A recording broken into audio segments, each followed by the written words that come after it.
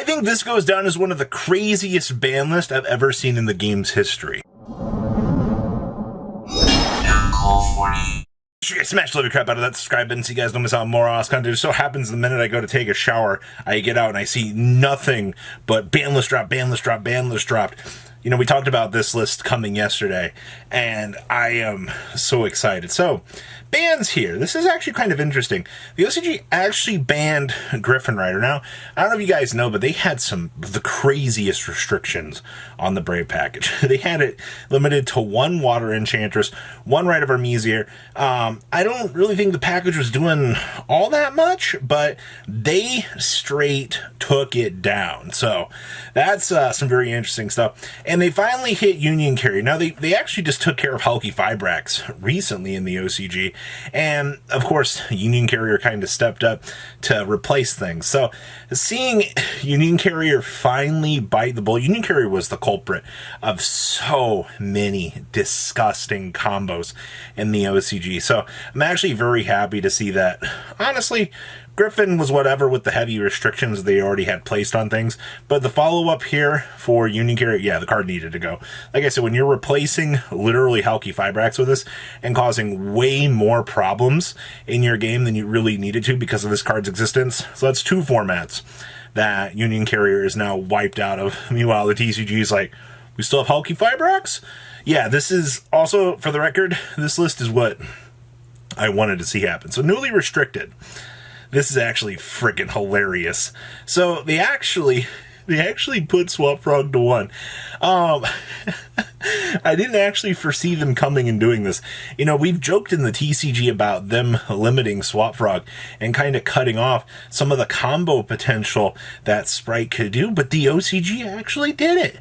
You know, I'll clap for them. They actually saw a problem within the Sprite deck, saw that, hey, you know, these infinite discards, these infinite extenders for the level 2s, you know, at least with Deep Sea Diva, you gotta commit some sort of normal summon to it, you know. Swap Frog kind of inherently bypasses some of those conditions, so that's like one really big thing that you gotta understand when you look at Swap Frog as a card, is inherently, it does some really crazy things. So, instead of just putting it or going, I mean, I guess I joked about them banning Ronin Totem too, but instead of going after that, they just put Swap Frog to 1. They're like, we're just going to wash our hands with it. You know, we'll never have to worry about this again. They hit 2 of the Ishizu cards here to start things off. Now, this is actually very interesting. A lot of the Ishizu cards were very problematic, and the only real way that you can fix them is either by banning them or putting them to 1. It becomes an issue when you start watching multiples of these cards facilitating these huge dumps. So good job on Konami for, you know, starting to clean up some of the Ishizu stuff, because I'm not going to lie to you, it was pretty BS watching what that deck could do. It was borderline like insanity watching that deck resolve. I also see that Sprite Jet took the hit here. I mean, are you surprised? Like, it's a spell and trap searcher. It searches for starter and it searches for smasher. I mean, you shouldn't be really surprised about that. Now, there were other limits down here as well. Now, this gets even better. Herald of Orange Light finally moves to 1. So Konami was sick of the interactions that Herald of Orange Light was having here with the fact that you could discard Herald of Orange Light and then trigger one of your Ishizu cards to mill during the opponent's turn. I'm not going to lie to you, that's pretty ridiculous. Once we get the Ishizu stuff here, nobody's going to be really happy to see like the levels of interactions that you'll get to see with that. It's really not a pleasurable experience, but the OCG once again is clamping down on that hand trap. You know, it seems like anytime that you see the OCG look at like these particular hand traps, like Herald of Orange, like Gamma was a good one before this, where they took Gamma, they put it to 1, and now Gamma's forever locked behind, you know, the 1. Yatagrasu's moving to 1 here. I feel like Yatagrasu was a test from the TCG. If you guys remember recently, we had Yata go to 1 here. Well, I mean, be honest with me. What did Yata at 1 actually really accomplish in the TCG? Your answer is nothing. Alright, Flounder got to play it for like a day. They also took care of the Parallel Perennial. Yes, the field spell for tier goes to 1. Okay, well, I mean, honestly, when you saw the power scaling that Tier had above the rest of the format, they needed to do something, man. Like, you can't just let a deck like that run around, and then Sprite Starter gets the push to 1 as well, which means that that dramatically reduces the amount of full Sprite combo that you can do. The interesting thing is, like, the extra deck is still kind of intact right now, so you can still go gigantic and step through things. Oh, we also have more. They put the Flaunderies field spell to 1. Consistent hit? I mean, you only need one of these to effectively start Flunder combo and do your thing. I feel like, if anything, this was just one of more of those consistency hits overall. And I see the Time Seal here takes the leap back to 1. So 2 of those big TCG moves actually following up here. But these ones, or to 1s, are very brutal. Good job, OCG. You cleaned up your format. All right. Oh, God. Restricted to 2. Oh, boy. Wow.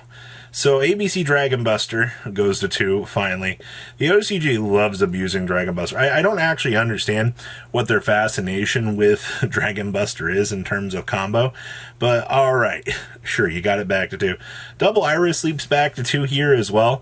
Once again, they're kind of softening up those hits to pendulums, which is fine. Water Enchantress moves to a simple 2 of. Now, I feel like this is a very, we're kind of scared to let this be free a little bit because Illegal Knight still does exist, all right? Like, you got to still understand that, yeah, banning Griffin Rider fixes the Omni Negate problem, but there still is Illegal Knight running around. So, do with that info what you will. I feel like that's a pretty impartial hit here.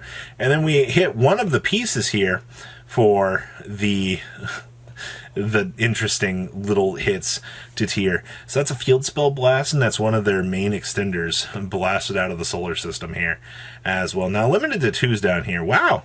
They actually moved Dimension Shifter to 2. The TCG has been wanting D-Shifter hit to some capacity, or really just banned for a little while now. So to see that the OCG did this, I mean, to be fair, D-Shifter was one of the main reasons why a lot of the rogue decks could really function in the OCG. Like, call it what you will, like, the fact that you had to resolve Dimension Shifter against, like, a Tier player to even play the game, yeah, I think a soft consistency hit with it is what they're going for here. The OCG definitely likes to use their semi-limited list as more of a buffer vacuum here to be like, oh, like, this is looking a little bit dangerous. We can move things around here. Shade Brigandine also moves to 2, considering the fact that this was locked up so long ago. I'm fine with this moving back to 2. This is because Phantom Knights got really crazy. And then we also see Lightning Storm move to 2 in the OCG. Consistency hit. That's the only real thing I've got for you for that department. And then these cards were removed from the restriction list. Oh my land, huh? We have Gen X Ally Birdman at 3.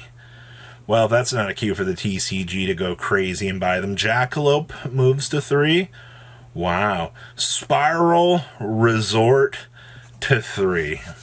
Now, if only the TCG could get Master Plan back at 1 and then unrestrict something like this, we could go to town. And then the Sky Striker deck is finally getting 3 Widow Anchors back. That is interesting. I feel like they're buffering that deck for the eventual release of that future support here. And what's our last? Oh, hey, good stuff. They finally get the Invoked Field spell back to 3.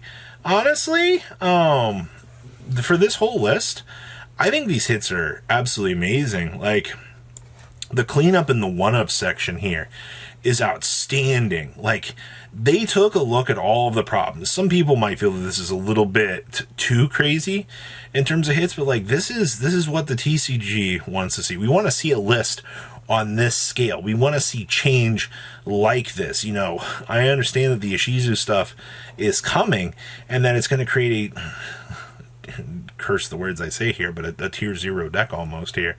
So to see, like, if we could clean up, some of the problems before they persist here and, create an alternative format for things, something like this hit, I think that would be a very good thing. And I feel like this list is a very good step in the right direction for patching a lot of those overlining issues that are existing here. So what do you guys think about really this crazy list. Please, leave a comment about tell me what you guys think, and I will see your beautiful faces back here later on the day, guys. Peace out.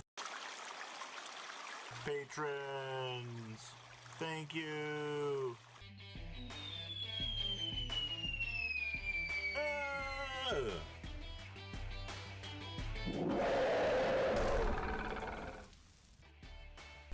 Thank you so much for watching. Check out these other videos.